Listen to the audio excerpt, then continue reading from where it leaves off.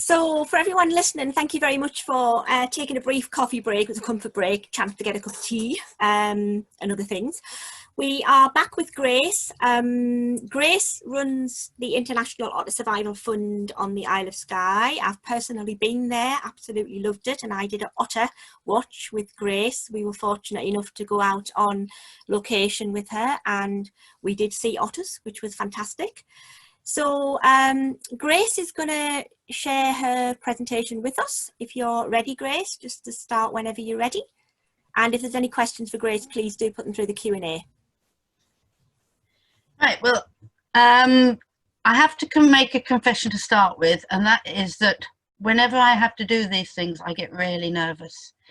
And so while you all having coffee and running to the toilet, I went outside and stood quietly looking up at the hill above Broadford, listening to the wind in the trees, because it's pretty windy up here today, and just watching the flowers and just tuning in with nature and some deep breathing. And I tell you now, it really does help. Still nervous, but it's a lot better. We have a ritual every morning. We go for a walk along the shore. We may see an otter, we may see a seal, we may not, but we'll never not see anything. It might be a seagull flying over, might even just be the water lapping on the stones. But that short time with nature is a brilliant way to start any day.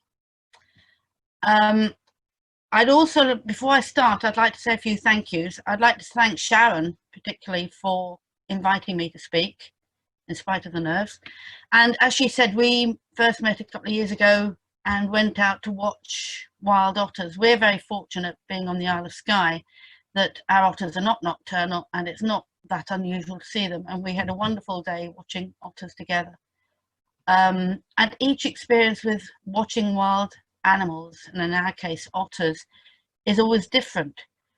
We may have a really great view of a mother and cubs, or it might just be a distant dot out on the rocks. It doesn't really matter. It's the fact that it's there and we can experience it as long as we don't disturb it.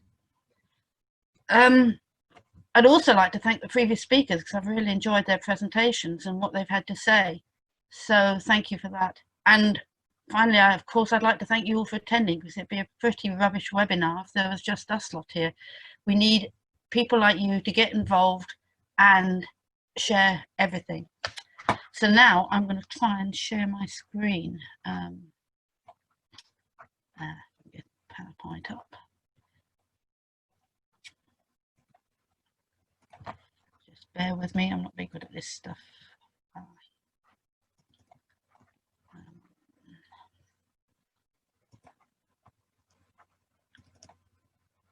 Is that right? Oops. Is that what you can see? Oh, bother. Right. I hope is everybody seeing that? Yeah, we can all see, Grace, no problem. Excellent, thanks. Before I start, I'd like to give you a bit of background as to how we started. As I said, we're based on the Isle of Skye, but I'm not, as you can hear, local to here.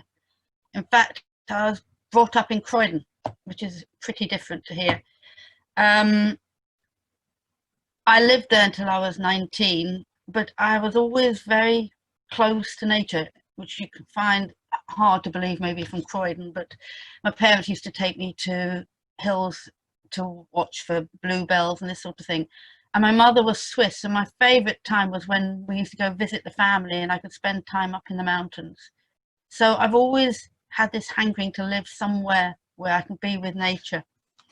When I went to university, I went to Kiel, and one of the reasons I chose that is because it had a lovely campus with trees and lakes, and I used to take my books out, and I had a favourite tree, and I would study sat in this tree. It's all about just being part of it. When I did geology and biology, and our geology field trip was to Skye, and that was the first time I'd been up here. And I remember saying to my lecturer, do you think we'll see a seal? Because I'd never seen anything like that before. And little did I know at that time that it would come to the point where we were actually caring for orphaned seals and working with otters. So things can really change from what you actually set out and starting to do. I think one of the things that Alan was saying is back to the walk, about daily contact with nature. And okay, we're very fortunate being on Skye, it's easy. But even in Croydon, you know, we used to have a tiny garden, and I would potter about in it and see what I could find as a child. And everybody can do something if they set their mind to it. The way IOSF got started, when we moved to Skye, we decided we did wildlife holidays, but we didn't just want to take money from the wildlife, we wanted to put something back. So we set up Skye Environmental Centre, and that was responsible for the holidays, but we also started educational stuff and wildlife rehabilitation. In '93, we set up IOSF because we felt that, again, we could put money into conserving otters, because once you've seen otters in the wild, you really want to do something for them. And we felt that if we could raise a bit of money here, it could do a lot in some of the less well-off countries in Asia and Africa and that, and we could help otters worldwide. So that was a basic reason we started IOSF. We're only a small team, there's 5 of us. So everyone, to a certain extent, has to be able to do, we all have our roles, but everyone has to be able to do everybody else's, just to make sure that things keep going. Although there's only 5 of us, we've had projects worldwide in 44 countries. So although when Paul and I first started this, we never envisaged it getting quite so international. It shows what really can be done, and just from small beginnings. So the way my presentation is going to be very different to the others. I'm going to talk very briefly about the Eurasian otter, which is the otter that we have, then go on to look at the world species and why otters are so special. What are the problems that they're facing? And a lot of these will be familiar with anyone dealing with wildlife. And do we really have time for otters? More to the point, have otters got time for us? And then to tell you finally a bit about what IOSF is doing to try and sort these things. Now, as I said, our otter is the Eurasian otter. People sometimes say to me, is it the river otter or the sea otter? Because ours go in both habitats. But it sounds as if I'm being pedantic when I say it's the Eurasian otter, but because they are in both habitats, it's best to stick to that name, and it tells you a bit about the actual range of the otter, because they go right across Europe, across Asia, and even into North Africa. They are members of the Mustelids, along with pine martens, badgers, stoats, and polecats. And here are some basic otter facts. Lutra is the Latin name, and they're classed as near threatened in the IUCN Red List. Now, we were at a meeting a while back where they were reviewing the Red List, and they said, oh, they're doing so well in Europe, we need to change that. We can make them least concern. But we pointed out that they're improving in Europe. They're not out of danger yet, especially when you hear about culls in places like Austria. But when you consider their range extends right across Russia and China in Asia, and we know virtually nothing about them. In parts of Asia, they haven't been seen for 70 years. So Europe is such a small part of their range. So we managed to persuade them to keep them at least a near threatened. The weight varies a lot. If you go to places like Russia, they're absolutely huge. But generally, this is the weights of the males and females and lengths. The population is around 10,000 in the UK, but this is based on spraint surveys. And it's been proven that you can't give numbers from spraint surveys.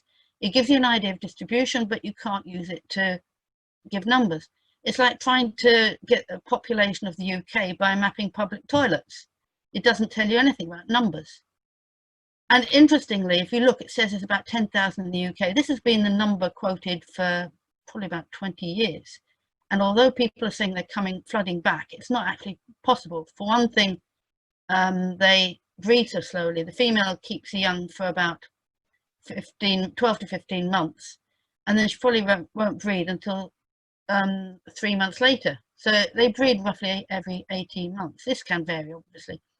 So, and they have one to 3 cubs. Not all may survive, so it's not possible for them to flood back. If you also take into account that Cardiff University's work pointed out that in the England and Wales, they did 110 otters aged, and only 10 of them were over 4, and the eldest was 8, and they only start breeding at about 18 months to 2. So you're not going to get them having an awful lot of cubs. And also, if you look at that number, 10,000, that is roughly the same number as the number of people living on our island Skye. So it's not a huge number. There are 2 populations. There's the freshwater ones, which are mostly nocturnal and have large home ranges, as you can see. I don't believe in reading numbers that you can read yourself. And then there's the coastal ones like we have here. They're active day and night, so that's why we are lucky enough to be able to spot them when we go out for walks. To give you just a brief idea of the diet, we all know they eat fish, but they also take birds, small mammals. In some parts they take turtles. In Hungary they take turtles. So they have a very varied diet. They're opportunistic carnivores, basically.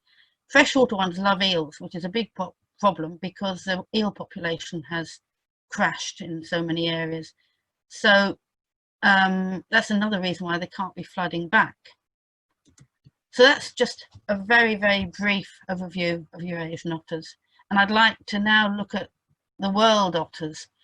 And there are 13 species, all listed in the IUCN Red List. So we're going to go on a quick world tour.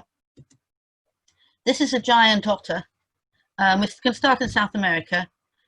And the thing that's fascinating about them is what their diet is. Anaconda, piranha, and caiman. Now, we were fortunate enough to go to Guyana last year for an otter workshop and saw giant otters. And I thought that when they're talking about caiman, they would be talking about young ones. But no, they're taking adult caimans. And bear in mind that the caiman in the Amazon is the biggest alligator. That shows how strong these animals really are. They will gang up on them and feed. So pretty formidable creatures. They live in noisy family groups, which has been a downfall because it made it easy for hunters to find them. The marine otter, or sea cat, lives in Chile and Peru. It's different to it, mostly coastal. Well, it is coastal, and unlike our otter, which needs freshwater pools to wash the salt out, they have such strong guard hairs that the salt gets rubbed off when they're on the rocks. This one has the smallest range of all the otters in the world and is mostly nocturnal. It's down in the southern part of South America, in Chile and Argentina. And this is the neotropical or long-tailed otter, and pretty obvious why it's called that, because the body is tail is about over a third of the body length. But we have very little information on this species, but it does overlap with the giant otter. And when we were in Guyana, we did find neotropical otters faint, although we never saw them. But they've now got camera traps out, and they found these otters investigating the hulks of the giants, which is quite interesting. The North American river otter, this one is classed as least concern, and that is something that really worries us, because they say that trapping is sustainable, but we know how many otters are being killed, but we don't know how many otters there are. So you cannot argue that something is sustainable if you don't know how many you've got in the first place. We've been campaigning to try and get them to come up with figures, and they just say there's lots. Well, that's not quantifiable, and you can't call anything sustainable if you've got lots and you're taking thousands out. Sea otter, this one is familiar to everyone, and it's not just off the coast of California. It goes around northeastern Russia, and occasionally it appears in the waters off northern Japan. It nearly became extinct in the early 20th century because of the quality of their fur, which is phenomenal. I'll speak about that later. Over to Africa, and we have 4 species. There's the spotted-necked otter, for obvious reasons, and they can be found up to 2,500 meters. So feet rather, and that's quite a good height. African clawless. Now you can see from this distribution map there's a big gap in the middle, and that is because it's, if we go to the next slide, you'll see that the Congo clawless fills that gap quite neatly. Both of them, they're quite similar to identify, and they both use their front feet to hunt for prey in the mud. They use them like fingers. They've got no claws, so they use them like fingers. Asian small-clawed, another one which people tend to be familiar with because they're the ones that are largely kept in zoos, and they too use their fingers to get their food, which makes them pretty unpopular in paddy fields because they dig in and destroy the plants. Someone once told me they saw one of these otters in a zoo and it was unscrewing the plug hole, and it was putting the screws into the mouth. Obviously they had to stop it, but it was just like an ordinary joiner would unscrew and put screws in his mouth. Shows how clever these animals actually are. Smooth-coated otter. One of the things that we find phenomenal with these is the size of the feet. I mean, they are incredible. These are the largest ones in Asia, and they are still used in parts of Bangladesh for fishing. What the people do, they have tame otters, and they get the otters out to chase the fish into the nets, and then they haul in the fish, and then the otters get fed. Now, because they are their livelihood, these otters are always very well looked after.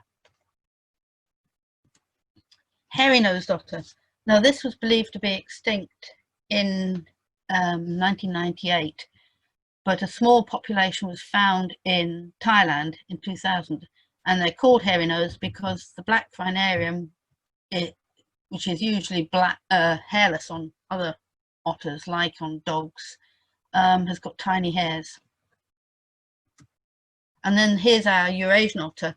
As I said, it's got a huge range, Europe, Asia, and North Africa, but we don't know about so much of their area. They can catch really big prey, a lot bigger than people tend to imagine. We've seen them take conger eels, and we saw a female catch a conger and then bring it in. And when you think that all she's got to hold it with is her jaws, you get a lot of respect and decide, I'm not putting my fingers anywhere near there. So, what makes these animals special? Of course, they're wonderful animals. They're at home in the water and they're at home on land, and seeing them swim and dive is just amazing to experience. I don't know how many of you have had the privilege of doing it. I always think it is a privilege to be able to watch otters in the wild. And I'm very aware how lucky I am. As I said, they have wonderful fur. Now, because they're semi-aquatic, they can't have a lot of blubber like a seal, which means that if they had the blubber, they wouldn't be able to run around on land as they do. So they have wonderful fur, and a centimetre of trapped air in their fur is worth 5 centimetres of blubber. So they have, Eurasian otters have 50,000 hairs per square centimetre. Now just try and take that in. That's on their inner fur. They have 2 layers of fur. The inner fur on the Eurasian has 50,000, and then they have outer fur with the guard hairs. It's like having a warm fleece in the inner fur with a waterproof coat over the top. Now, if your waterproof gets a hole in it, then your warm clothes inside get soaked and you get soaked and cold. So it's vitally important that the fur is kept in really good condition. So if Eurasian otters are hunting on the coast, like ours do, they have to have freshwater pools where they wash the salt out. Because if they don't wash the salt out, it brings down their thermal regulation by about 30%, which is a lot. So our otters always have freshwater pools to wash in.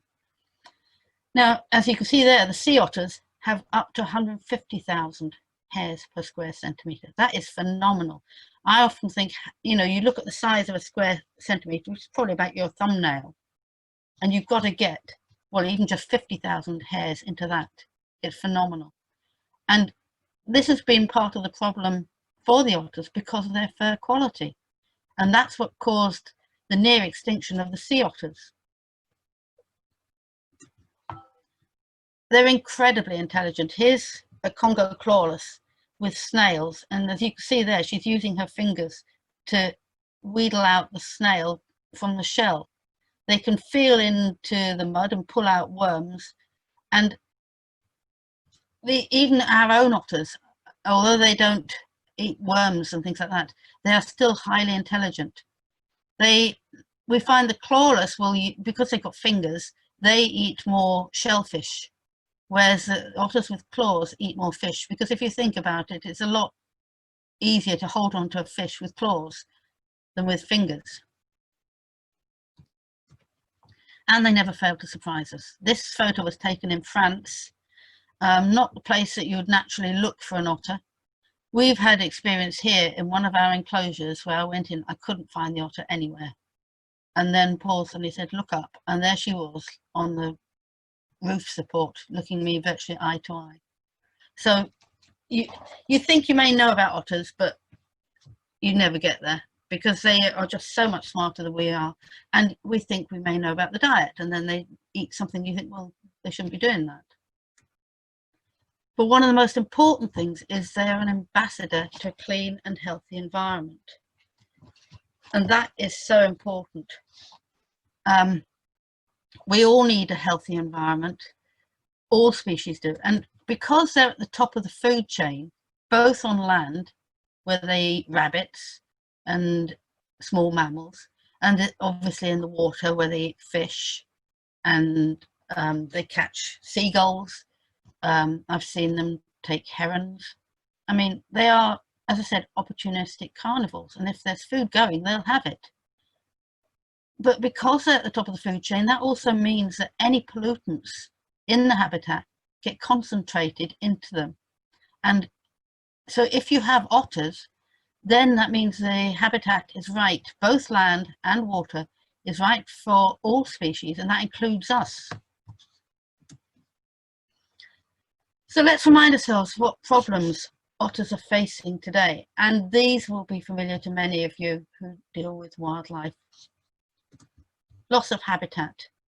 I mean, this is part of the rainforest. We're all familiar with people talk about the rainforest being cut down and this sort of thing, but it's happening in our own country. There's roads being built through, and if an otter's habitat home range crosses a road, they're not bothered about this bit of tarmac that happens to have gone through it. They're going to cross it, and that provides huge risks, because road casualties in the UK are a big loss. And if a female is killed while she still has cubs, that is a big problem for the whole family, because as I said, the young stay with her for so long that, you know, if they're not able to look after themselves, then they will die. They can feed themselves and catch prey from about 5-6 months, but as I said, they stay till about 12 to 15, and that is learning from her about where the best places are to fish. She will protect them and defend them, and we find that some of the otters that we get in, which aren't young cubs, are probably 8 to 10 months old, and the reason they've come in is because they've lost their mothers too early, and they're a bit like a young teenager who thinks, oh, I know it all, I can manage, and then suddenly they can't, and then they turn up in silly places.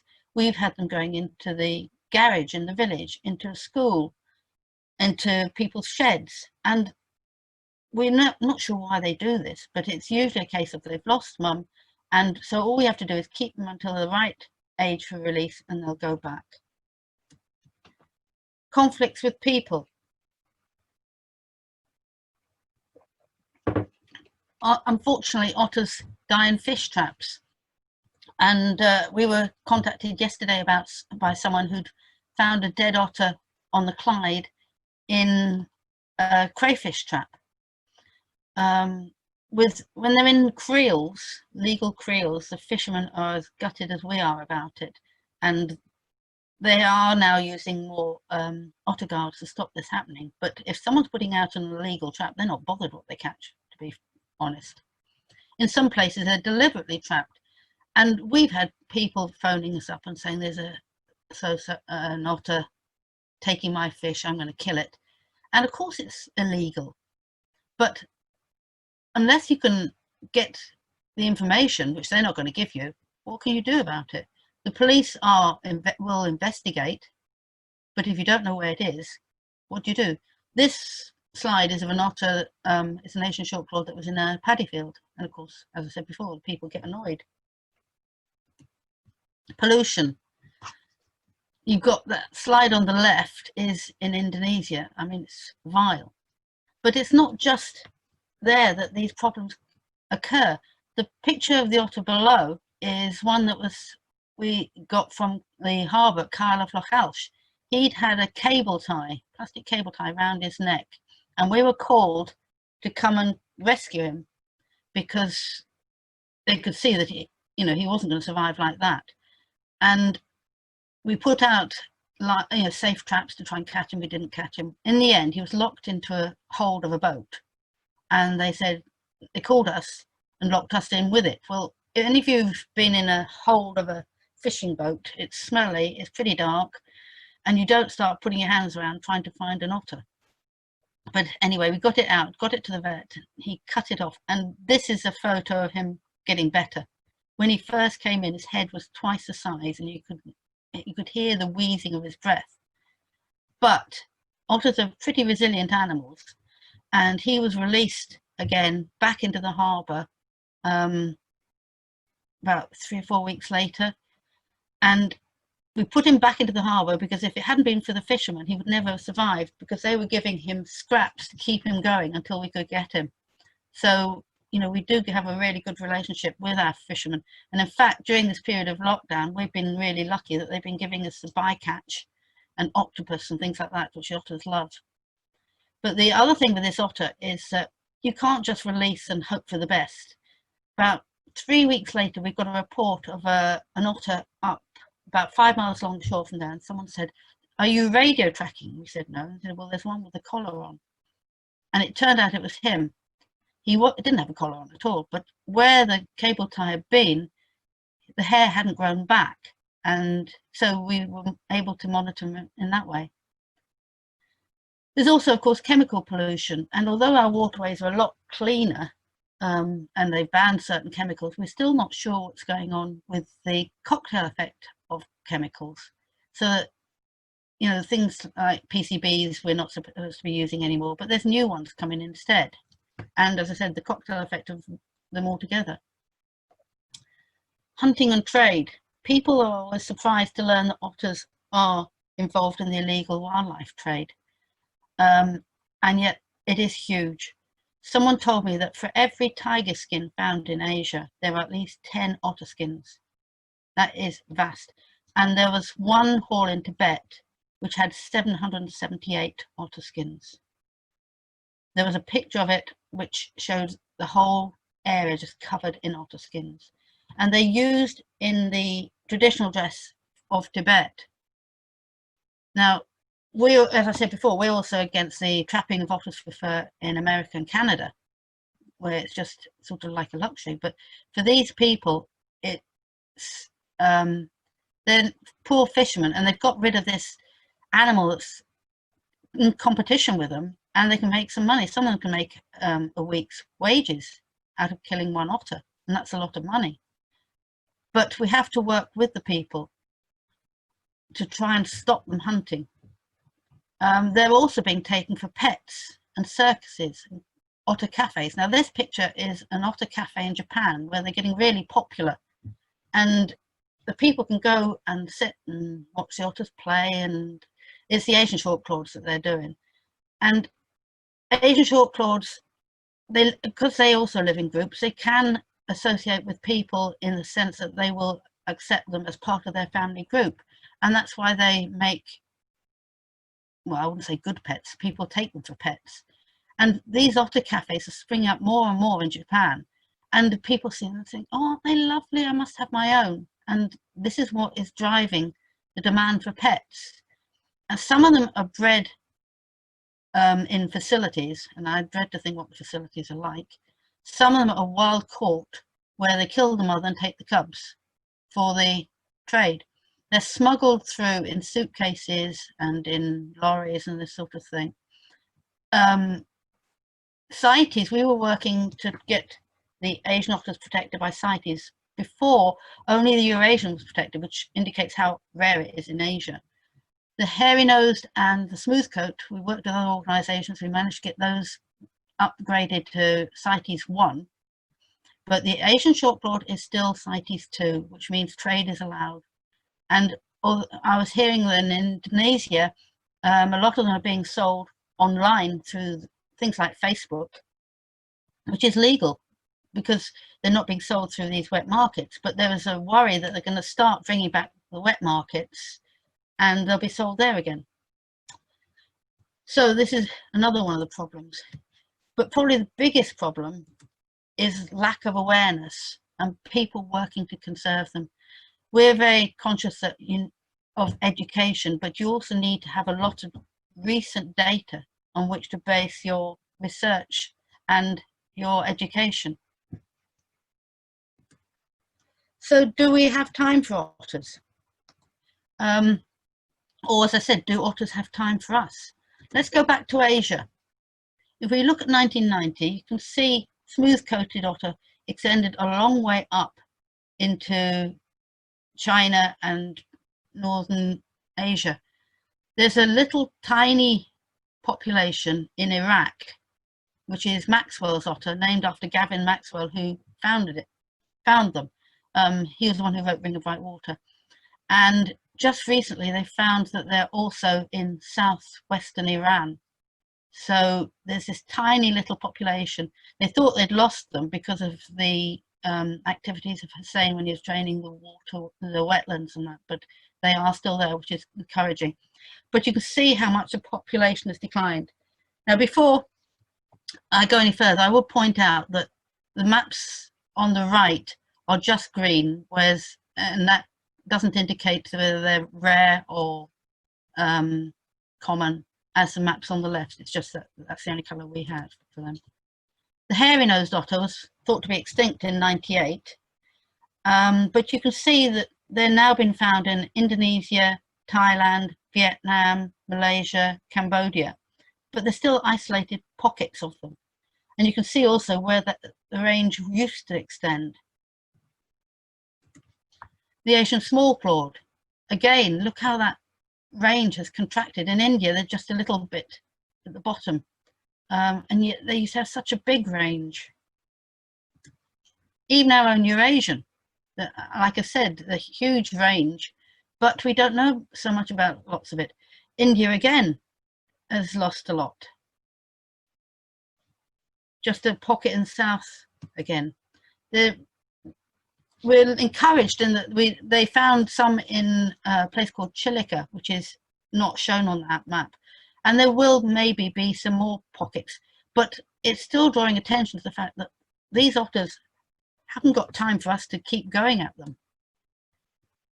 Mahatma Gandhi said the greatness of a nation and its moral progress can be judged by the way its animals are treated. And we would change that to read the greatness of a person and his or her moral progress can be judged by the way he or she treats animals. And this isn't just about treating your domestic pets. It's about how we care for wildlife, how we care for our environment, and it's about conservation. And we all have a moral duty to do even just a tiny thing, just one little thing to help. So what are we as IOSF doing about this? We carry out research. This is the photo taken in Guyana last year, and it was something that was brought out about using art. Sacha mentioned it, and we work with a group called Save the Giants, and they also do a lot of artwork to raise funds for working in Guyana. And when we were there, we set out camera traps for the giants and for the neotropicals and checked hulks and this sort of thing, but we also did a lot of artwork to bring people in, and it's about using whatever skill you have. Not everyone can do research, not everyone can do art. I certainly can't, I'm useless. But you find everybody, every single person has a skill, and we have to use that skill to help nature. We've been given that skill for a purpose, and it's our duty to use it. In this village, Yupukari, we now have, there's a wildlife club, and we've got projects where the local people are going out now to do the work.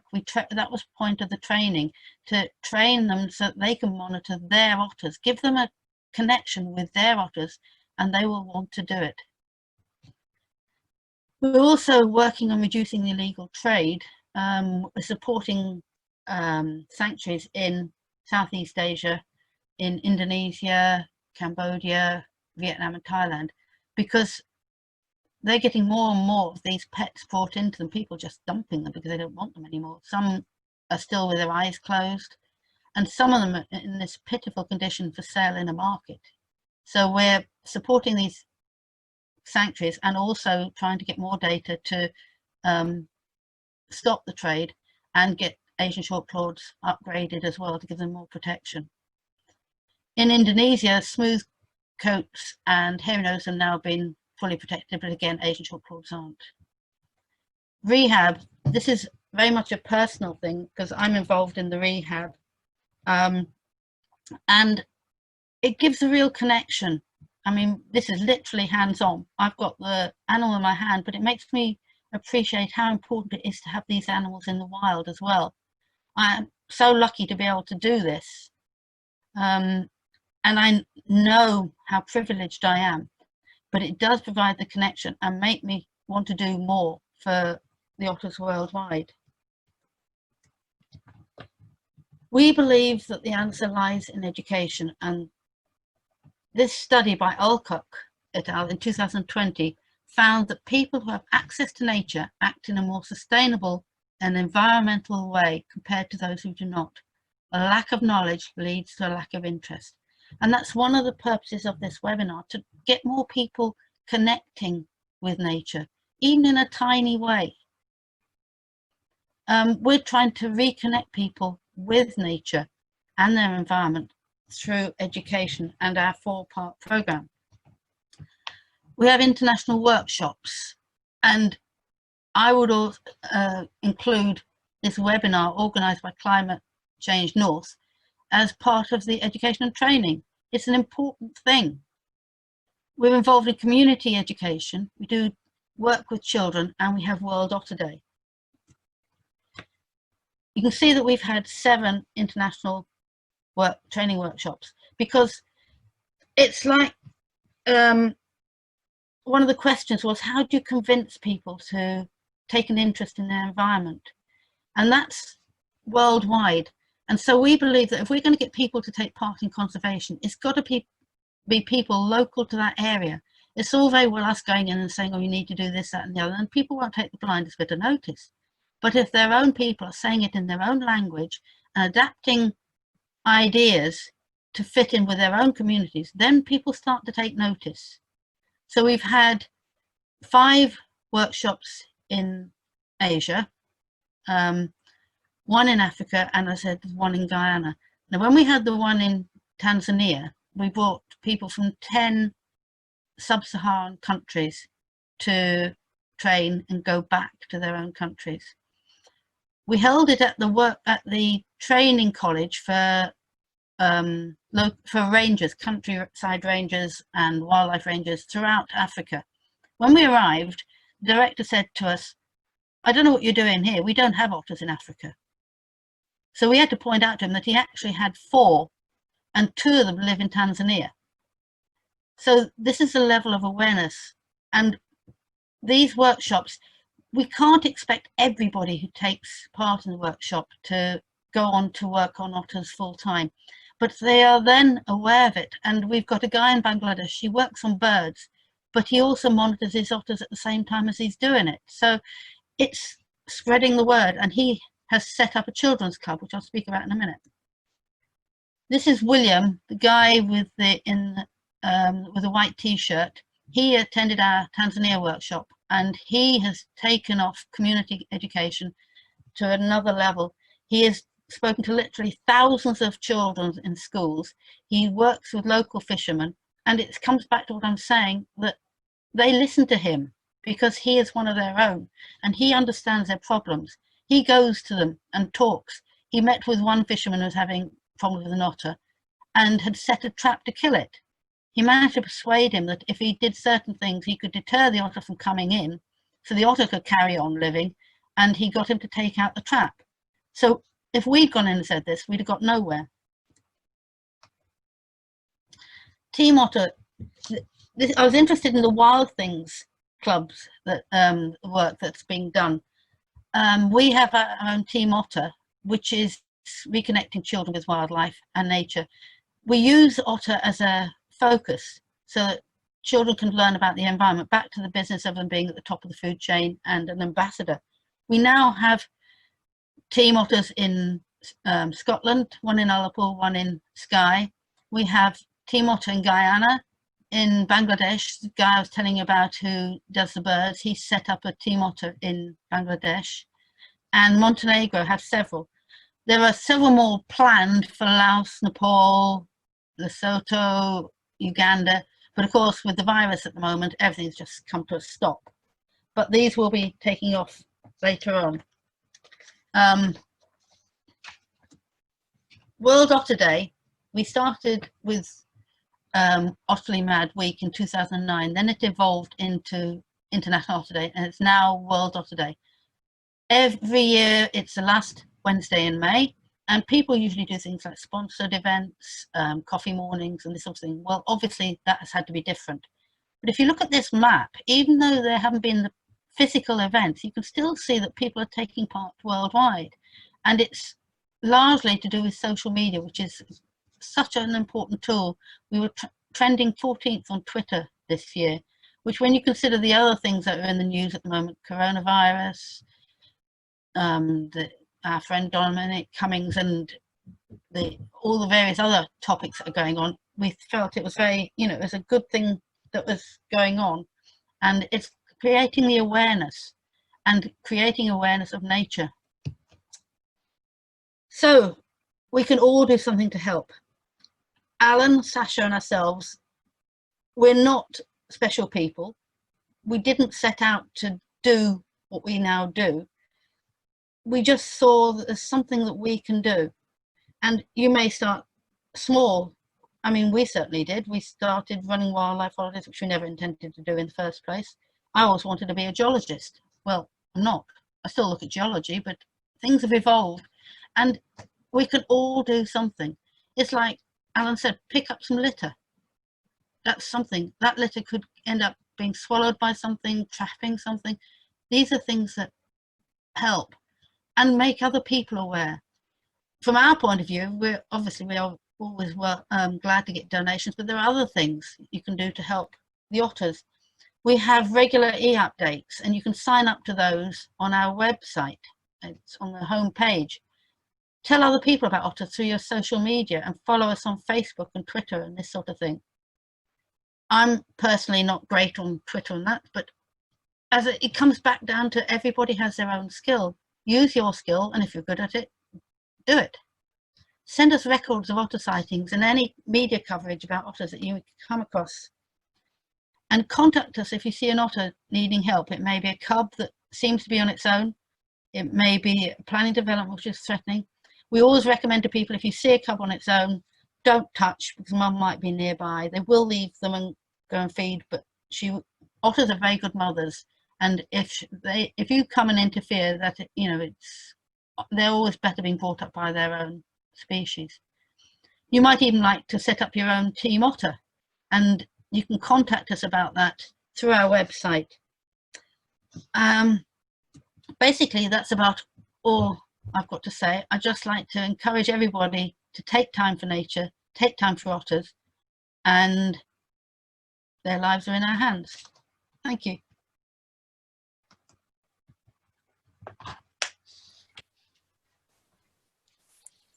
Thank you, Grace. That was wonderful. I've got a couple of questions for you, if you'd like. Do you want me to unlock the screen? Yeah, you can do. You can. Although that is a fantastic screen, I do like that one. You want to keep it? Well, you know, I think I'll borrow it from you actually, because I think we're in the process of setting up a team Otter. I think we have to have a team Otter. Oh, on Climate Action great Law. stuff. Definitely, definitely. Oh, that's wonderful. Yeah. See, it's all about spreading the word, isn't it? Yeah, definitely. And I'm totally sold on that. That's brilliant. Yeah.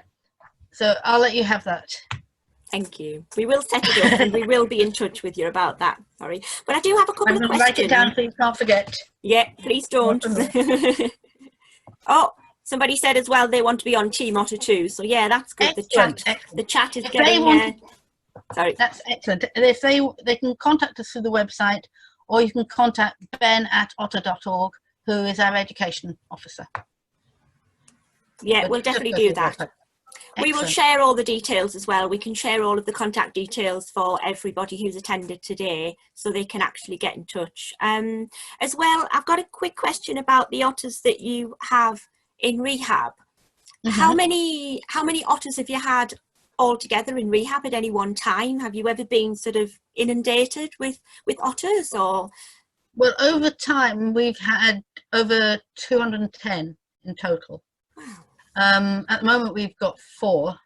The most we ever had at one time was 17, which was, to be honest, standing room only. It depends on the ages of them, because it's better off to pair them off. So they're being brought up as an otter. They learn otter behavior. Otters sometimes don't like to swim from, when they first come out, which is a bit odd. But you get the mum will grab them by the scruff of the neck and drag them in screaming. We're not going to do that. But if they've got another one with them, they'll sort of see one jumping in and think, oh, well, I might try that. And they get more adventurous. They learn to squabble over fish. That is hilarious. Because if you put a big enough fish in, they'll grab it at each end and they'll squeal and pull and scream at each other. And then eventually, usually the fish snaps and they each run off, so proud of what they've got.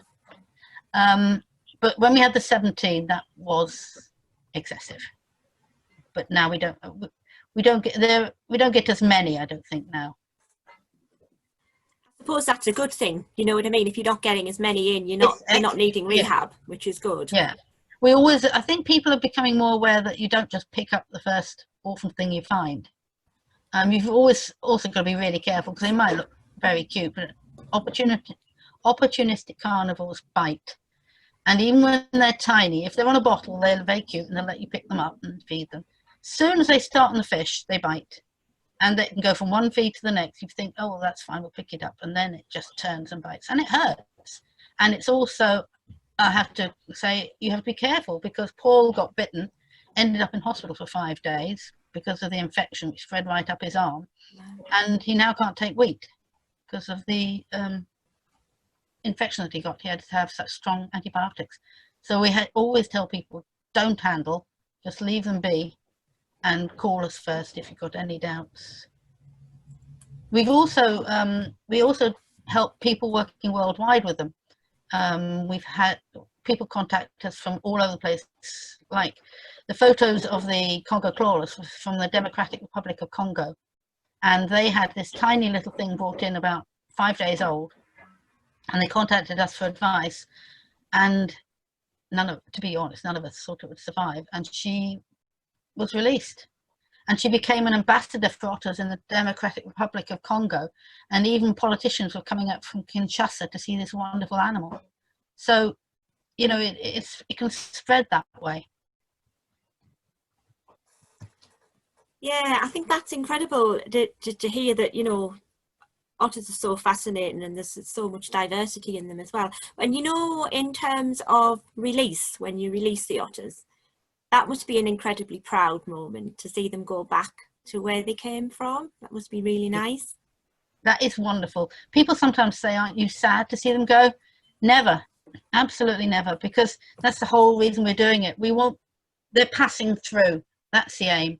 And when we see them go off and they dive and they come up with it, the first one we ever released, we backed off, and within 20 minutes she was coming up with her own food, which was wonderful. It's illegal to feed live prey anyway in our country, but we don't train them how to hunt. We've had cases where gulls have come down to pick up bits and they haven't left because the otters have caught them. So hunting is natural. We don't need to teach them. And to see an animal that you've been fortunate enough to care for go off and live naturally is wonderful.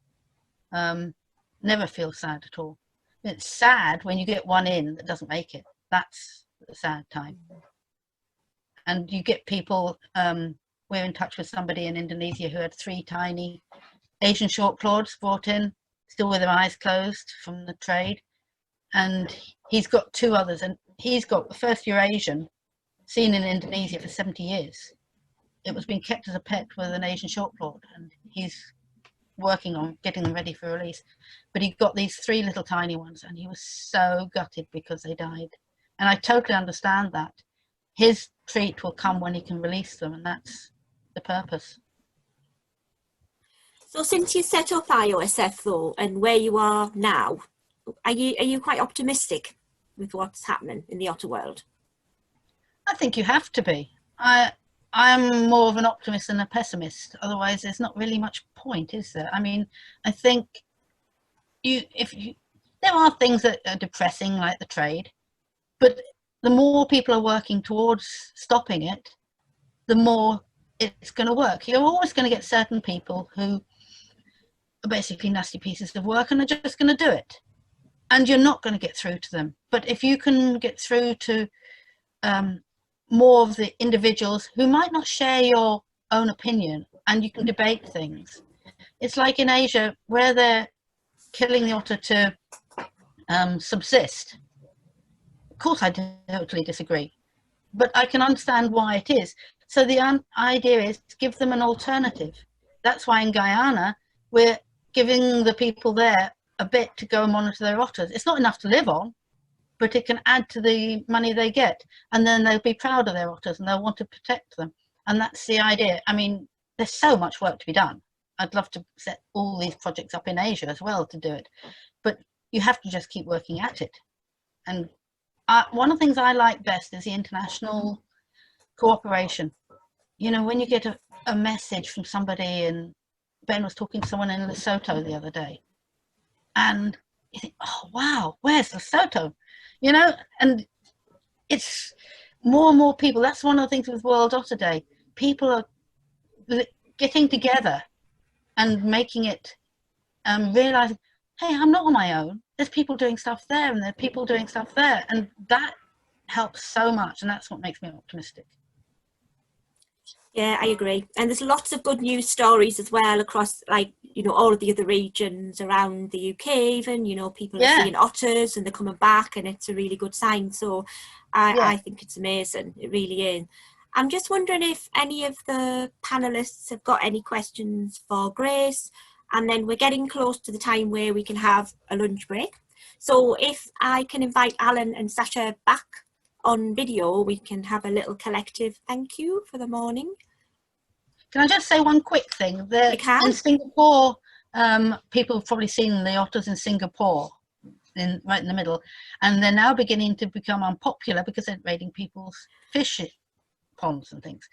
And one of the most wonderful things that's happened recently is the Prime Minister of Singapore posted a photo and said, I took this and we have to learn to coexist. And you think, wow. Yeah, that's brilliant. That is good. I did see something about that actually, and we do follow the Singapore otters as well. The families there, which they're absolutely incredible. They're quite famous as well, aren't they? The families. Yeah, There's a couple of families that live there, so they are amazing. It's really, really good. So so has anybody else got any questions for Grace? If not, I have a question I could just ask. Thanks, Grace. That was great. I really enjoyed your presentation and learned a lot. I saw an otter yesterday along the coast from here, and I do see them occasionally there. It's a beautiful area of sandstone caves and cliffs, and there's lots of eroded bedrock with rock pools. And I've sometimes had the feeling, and this is my question, they seem to, I wonder if they follow the retreating tide to look for things that get trapped in rock pools. Is that a sort of non-behaviour? I think they behave differently in different areas. people say they're best on a rising tide. I think they're easiest to see on a rising tide because they sleep very well, and if they're asleep behind a rock, the tide acts as a natural disturbance and makes it up. But in areas where you've got a channel, it pulls the fish through, and we find that that's best on either a rising or an ebbing tide because the fish are moving with the tide. High tide, I find, isn't as busy a time. I haven't seen them in rock pools that much, but saying that, they do go for small eel-like fish that are in amongst the stones, butterfish, blenny, and this sort of thing. So you might well find they're getting caught in rock pools and that they're taking advantage of the, natural trapping. No. But it's something, I haven't really come across them doing it, but be a good way of mother teaching cubs to take them to a rock pool. We have an area near us where there's igneous dikes at right angles to the shore, so it divides the shore into sort of like mini pools, and the mothers often teach the young in there because it's a nice safe area where the cubs can look amongst the seaweed and it's quite safe for them. So it's sort of like a giant rock pool. I didn't really answer your question, but this is the thing I always find.